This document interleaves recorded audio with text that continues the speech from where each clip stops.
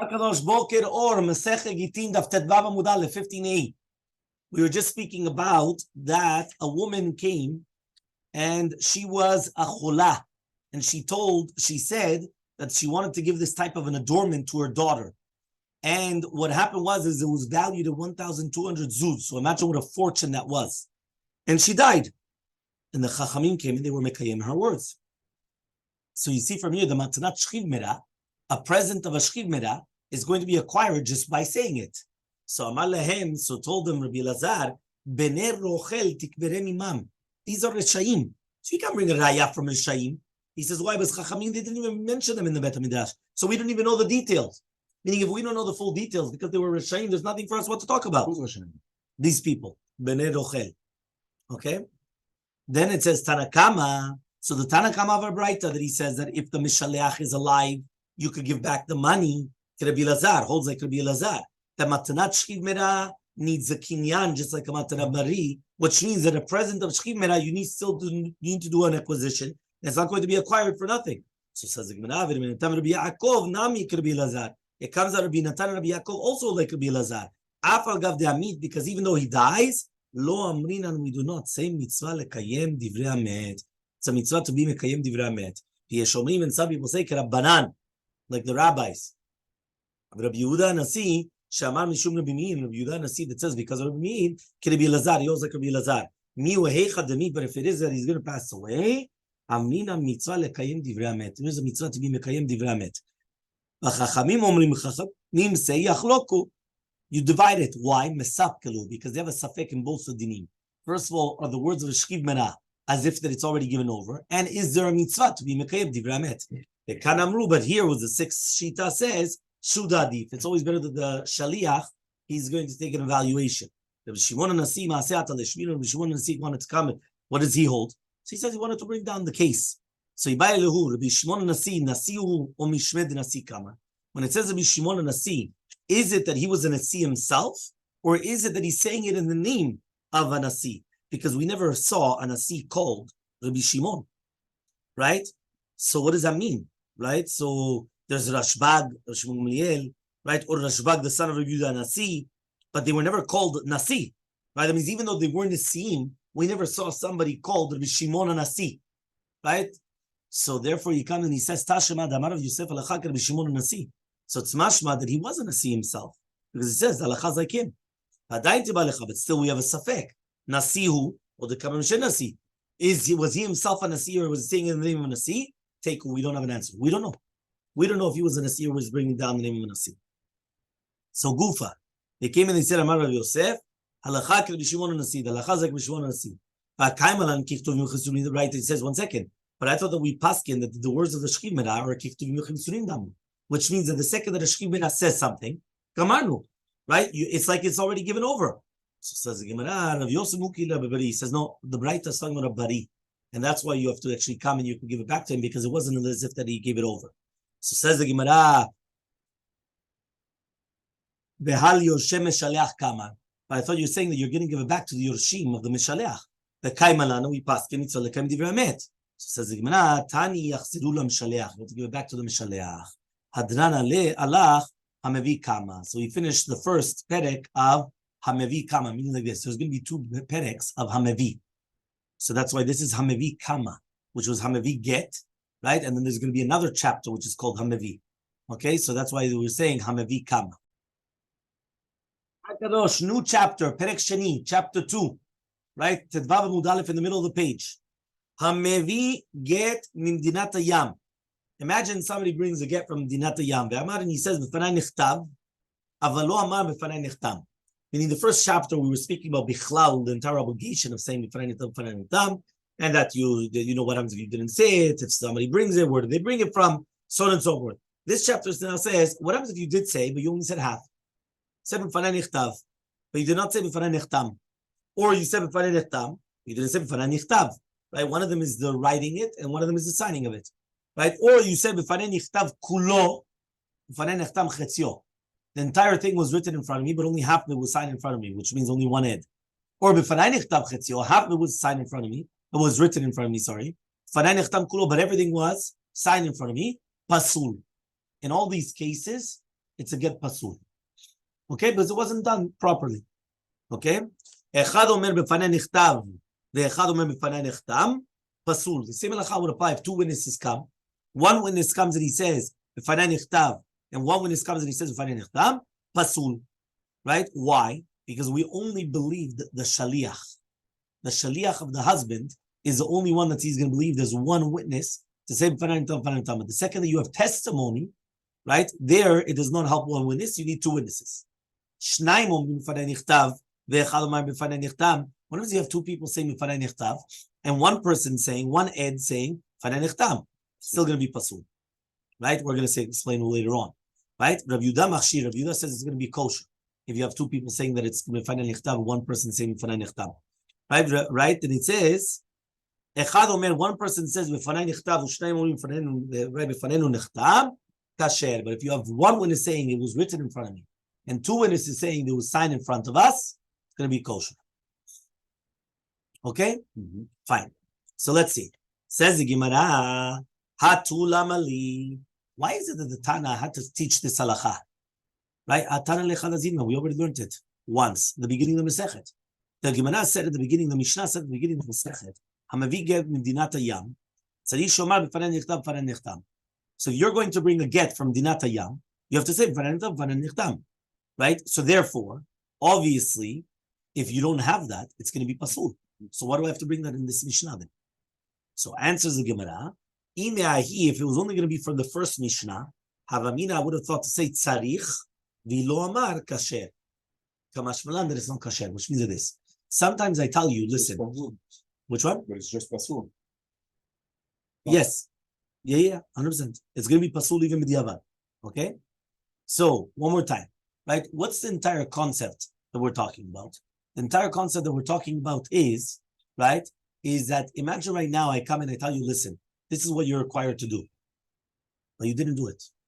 So many times in halacha, there's the word sarich, that means you have to do this. But b'diavad, if you didn't do it, you're still okay. Right? Meaning, this is what you're supposed to do. Whatever if you didn't do it. Right? Fine. But you're still okay. It's not that, I don't know what. Here, that's why I was coming to teach you, know that if you didn't do it, it's pasul. I would have thought, say, listen, lechatchila, say it. You didn't say it, okay. No. You didn't say it, it's pasul.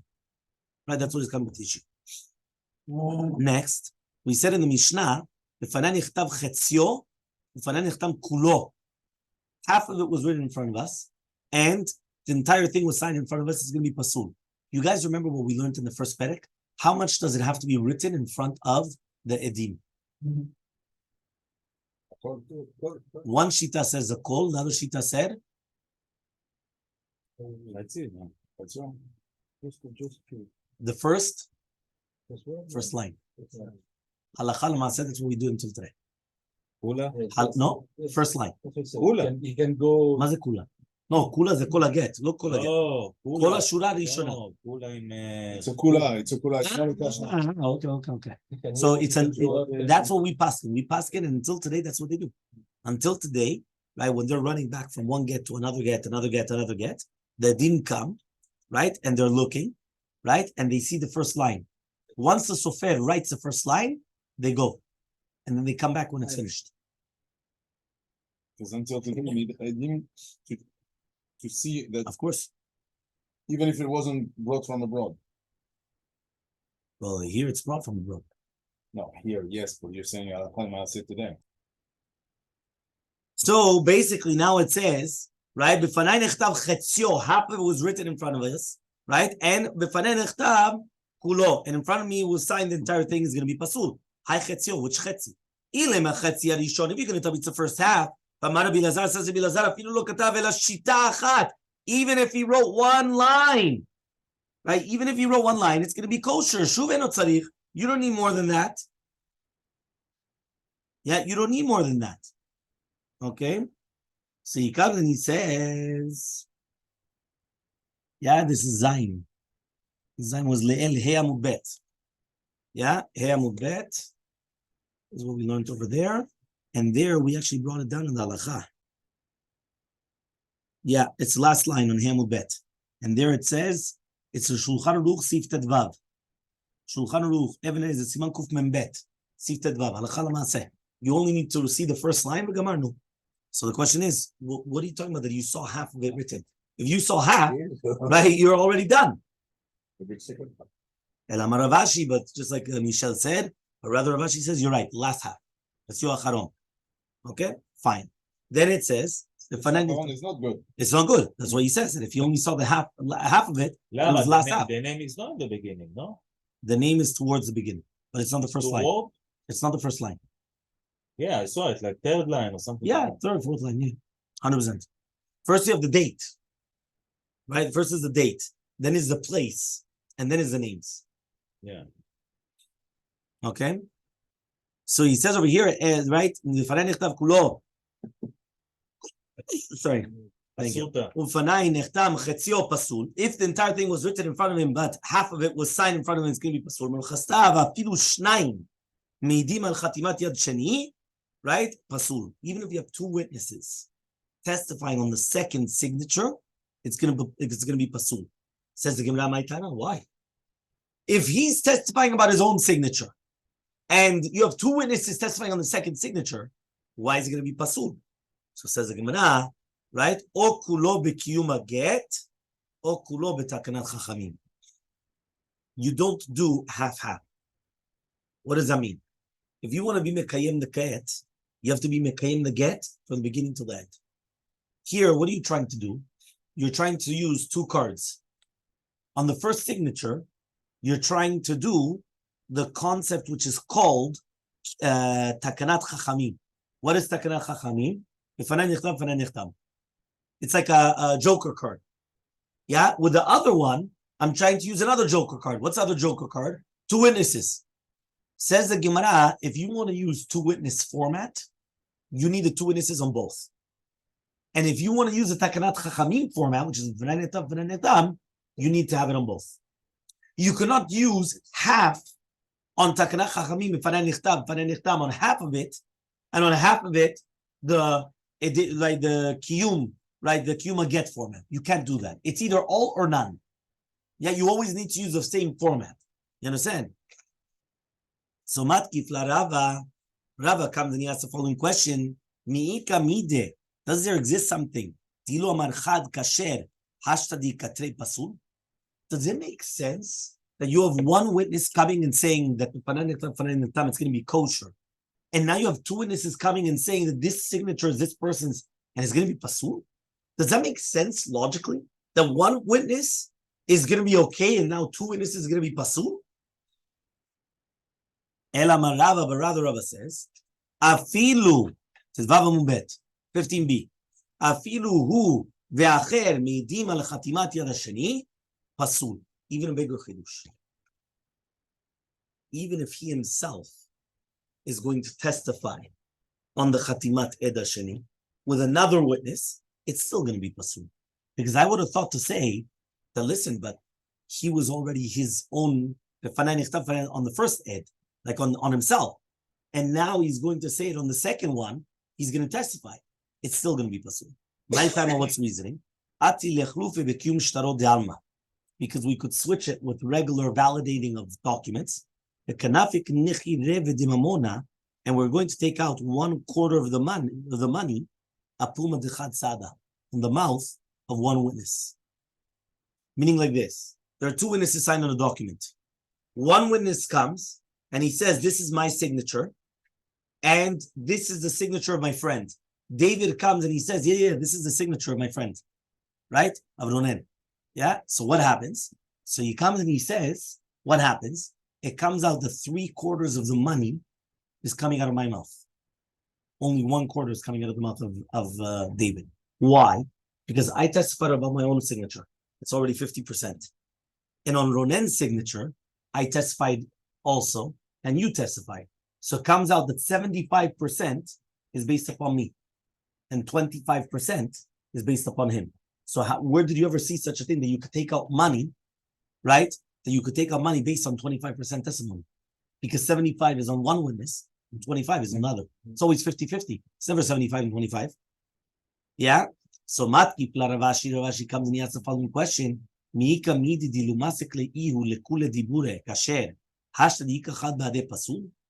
it make sense that until now, he could have done the entire thing on him, on his shoulders, and now you add an extra witness, and now it becomes pasul?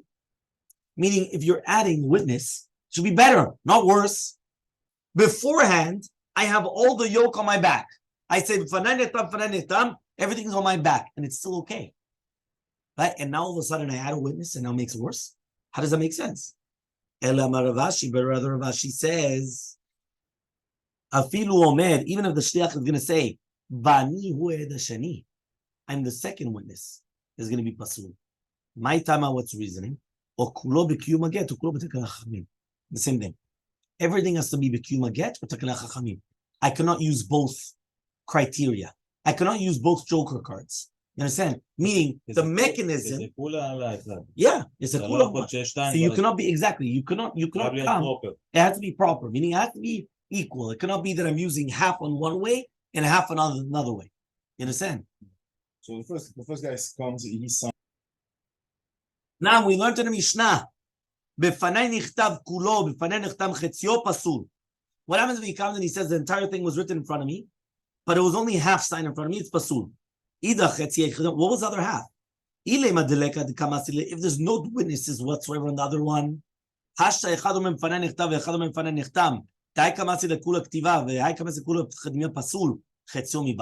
is 1 second. If the other witness has nobody testifying about him, obviously it's going to be pasul. He says if you have one witness come and say one witness comes and says it's still going to be pasul. So on half of it, it's going to be pasul. Ela barada. Okay, the Rabba, okay, the Ravashi, or we're talking about Rabba, where the shliach himself is testifying with somebody else on the second witness, or like Ravashi, right, that the shliach himself is, right, the second witness, right, and he says, this is my signature, and the other one signed in front of me, and it is not like Rav Chasta, that he said that if you had two other witnesses coming and testifying, it would have been kasher. So Rav Chasta comes and he says, well, according to your reasoning, I understand. It says if it's written in front of me but not signed in front of me, why do I need it? Meaning not only in this case, which means the truth is that we can learn a chidush, right, from the Reisha, from the Seifa. So it comes out not only was it that it's going to be in the Seifa, but still it's not going to be a question even from the Reisha, which means sometimes we say not only this, but also this. Not only in this case is it going to be pasul, but also in other cases it's going to be kasul. Pasul. That's called lozu afsu ktani, which means that first he's going to give you a smaller chidush, and then afterwards he's going to give you even a bigger chidush. Right? Lozu el afzu. Not only this, but even this. Hachanami so too lozu afsu ktani. So too here, it's the same thing. When he says v'fanei nichtav kulo, v'fanei nichtav chetzio, it's going to be pasul, right? So technically speaking, we already know it's going to be pasul, but then we're going to give you even a bigger chidush. That even if he said v'fanei nichtav chetzio, it's still going to be pasul. Okay, Amar Rav Chasta, says Rav Chasta, Gidud, yeah, Chamisha. What happens if you have on the ground, right, a imprint? Not an imprint, there's a better word for it. Embankment. Embankment. I said an imprint because when you make an imprint, it goes inwards. How do you say that? It's like an embankment. An embankment. Yeah, but I don't know what's embankment. Fine, but that's what it is. It's a charitz. It's like a furrow. It's like, okay, but charitz is usually set in a field, right? But basically, it's like a charitz b'karka, which was 5 tfachim, umechitza 5 tfachim, right? En mitztarfin atshiyeh o kulo b'mechitza o kulo begidud, right? Which means like this. Usually, what is considered a mechitza? Yeah, you guys listening? What is considered a mechitza? Minimum of a mechitza. מחיצה? אמרנו 3? 10 טפחים. 10 טפחים. Right? Minimum of mechitza, 10 טפחים. Right? We're not talking about mechitza that you can't see something. Because if it's something that you can't see, it doesn't help. You understand? If somebody has an irva in front of them, irva means a woman that's not dressed properly. It doesn't help putting an 80 centimeter thing and saying, there's a mechitza, you could still see her. Even if you have a real mechitza of glass, right, which is a true mechitza, glass could be a mechitza, it's a wall, right? It's a wall, right? And you still see her, it's still good. It's a different room. Yeah, but it's a glass wall, but it doesn't matter. You could still see, right? Is 8 centimeters? one tefach is 8 centimeters. Yeah? Do it like this. It's 8 centimeters. Yeah? So therefore, right, 80 centimeters. So he comes and he says like this. He says, yeah, he comes and he says, right? He says like this, yeah? So 10 tfachim is always considered a mechitza. By the way, the same halacha applies to sukkah. If you want a wall for sukkah, what's the minimum height of a wall of a sukkah? 10 tfachim.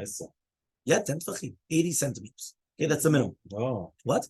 So you put a It's like this. This is 80 centimeters, right? Around, maybe a little bit less, a little bit more, but around 80 centimeters. Yeah. So 80 centimeters. So he says like this: what happens if I don't have 10 centimeters straight from the ground? Yeah, until here. But rather, what I have is 5 centimeters, not 5 centimeters, 5 tfachim, which is the 40 centimeters. Thank you. Right? 5 tfachim I have underground, meaning like I dug, right? And I have 5 tfachim, and then 5 tfachim above. Do I have my 10 tfachim or not? Says the Gemara, that was the case. Says the Masechta Gittin Daf, if I have like a digging of 5 tfachim, and then I have another 5 tfachim of a mechitza, and mitztarfin, it's not mitztaref. I don't have 10 tfachim. I mean, technically speaking, if somebody's all the way down in there, technically there's 10 tfachim, but you don't have that. Why? It's either going to be everything in a mechitza or everything in a gidud. Either or. Yeah, that's the way it is. So if you have 10 tfachim in the gidud, you're good. Second shita, right? Darash merimar, gidud, chamisha, mechitza, chamisha, mitzarfin. It is going to be mitzaref. V'hil chata wa tzalacha mitzarfin. It is going to be mitzaref. Fine? Now we're going to bring another dugma. So by the way, this was the reason why we're bringing this down was because we just mentioned that you can't do half-half, correct? Half with Tagnach Chachamim and half with Kimushtarot. Now we're saying that it does help according to Menemar, and that's how we pass them. Next, by Ilfa. Ilfa asks the following question. Yadayim teorin lechatzayin or enterin lechatzayin? Your hands, are they going to be pure half or not? So says the Gemara, Hechidami, what are you talking about? If you're going to tell me now that Ilfa had a doubt where 2 people are washing their hands, right, with 1 revi'it, so are they going to be Yitzei Chuvah? Batnan merevi'it notrim yadayim, right? Le'echad, v'afilu l'shnayim. It says mefurash in the Mishnah that from 1 revi'it you could wash your hands for 1 person, and even 2 people could wash their hands one after another, right? And even though the second one, but at the end of the day, it started with a revi'it. So therefore, what's the doubt? Ve'ela, but rather, the kamashu chadi chada yedei. That 1 person washed 1 hand, right? And then afterwards he washed the other hand, right? So that's lechatzayin. So says the Gemara, 1 second. But now we learned in the Mishnah, if you did your hands, 1 hand you did it by netilat yadayim, which is the takana chachamim, and the other one you did it b'shtifa, which is in the river. You remember? Al shtifat yadayim or al, right? Al tvilat yadayim, right? Shtifat yadayim or al tvilat yadayim. Right? Yadav Torot, it's going to be kosher. So what's the problem? You did 1 hand netilah and 1 hand tvilah, right? Or shtifa, whatever you want to call it. So it says, you're right. The kamashi palga palga the day. You only washed half the hand. And then again, you washed the other half. Or you said chuvah. So it says the Gemara, doesn't exist. You have to wash the whole hand. So it's not going to help. So says Gemara,